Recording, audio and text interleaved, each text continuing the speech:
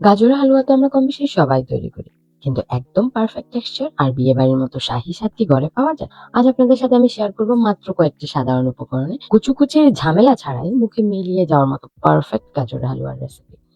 তাই ভিডিওটি একদম শেষ পর্যন্তই দেখবেন। আসসালামু আলাইকুম, আমি প্রিয়া বলছি ইজি রেসিপিস বাই প্রিয়া থেকে। চলুন দেরি না করে রান্নায় চলে যাই।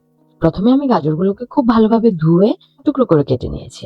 এখানে আমি 500 গ্রাম গাজর, 300 গ্রাম দুধ, পরিমাণ মতো লবণ, স্বাদ মতো চিনি দিয়ে খুব ভালো করে সেদ্ধ করে নিয়েছি। এটাকে আমি ঠান্ডা করে নিয়েছি। এখন আমি হ্যান্ড ব্লেন্ডার দিয়ে ব্লেন্ড করে নিলাম। আপনাদের হাতের কাছে যে ব্লেন্ডারটাই আছে তা দিয়ে আপনারা ব্লেন্ড করে নেবেন। এখন আমি একটা বাটিতে কয়েকটি কাজু বাদাম আর কয়েকটি কিশমিশ নিয়ে নিচ্ছি। এখন আমি একটা কড়াইয়ে ঘি দিয়ে দিচ্ছি। ঘিটা একটু গরম হয়ে গেলে এর মধ্যে আমি দিয়ে দিচ্ছি কাজু বাদাম এবং কিশমিশ। এগুলোকে মাঝারি আঁচে খুব সুন্দর করে আমি বাদামি করে ভেজে নিলাম। তারপর সেগুলোকে উঠিয়ে ব্লেন্ড করে রাখা গাজরটা দিয়ে দিচ্ছি। এখন এর মধ্যে দিয়ে দিচ্ছি আমি 2টি এলাচ। এখন আমি মিডিয়াম আঁচে 8 থেকে 10 মিনিটের মতো গাজরগুলোকে ভেজে নিব। এই স্টেপটা খুবই ইম্পর্টেন্ট, কারণ এতে গাজরের কাঁচা গন্ধটা চলে যাবে আর সুন্দর একটা ফ্লেভার আসবে। দেখুন গাজরের রংটাও অনেক সুন্দর হয়ে এসেছে। মাঝারি আঁচে ধীরে ধীরে রান্না করতে হবে।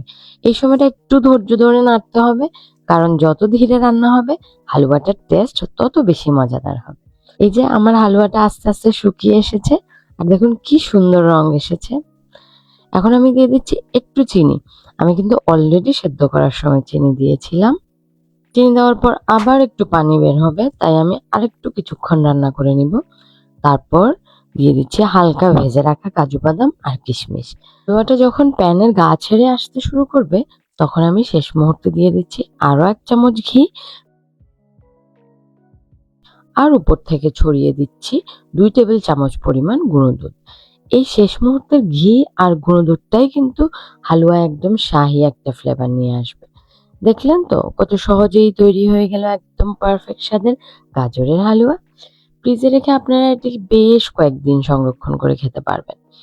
রেসিপিটি ভালো লাগলে অবশ্যই একটি লাইক দিবেন আর এমন সহজ পারফেক্ট রান্নার ভিডিও পেতে চ্যানেলটিকে সাবস্ক্রাইব করে পাশে থাকুন। আপনাদের সাথে দেখা হবে পরের কোনো ভিডিওতে। ততদিন পর্যন্ত সবাই ভালো থাকবেন। আল্লাহ হাফেজ। আসসালামু আলাইকুম।